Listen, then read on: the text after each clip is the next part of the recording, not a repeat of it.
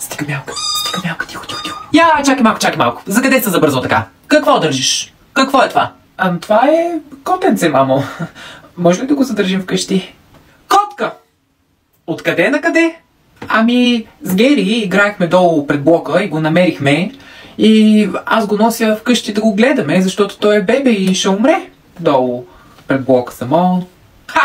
И защо Гери не си го занесе вкъщи? Ти трябва да го носиш. Защото Гери ще изхвърнат барабар с котката, нали? Аз понеже съм добра, да му бъра жалостите тука. Няма да никакъв да се обадиш. Може ли, не може ли?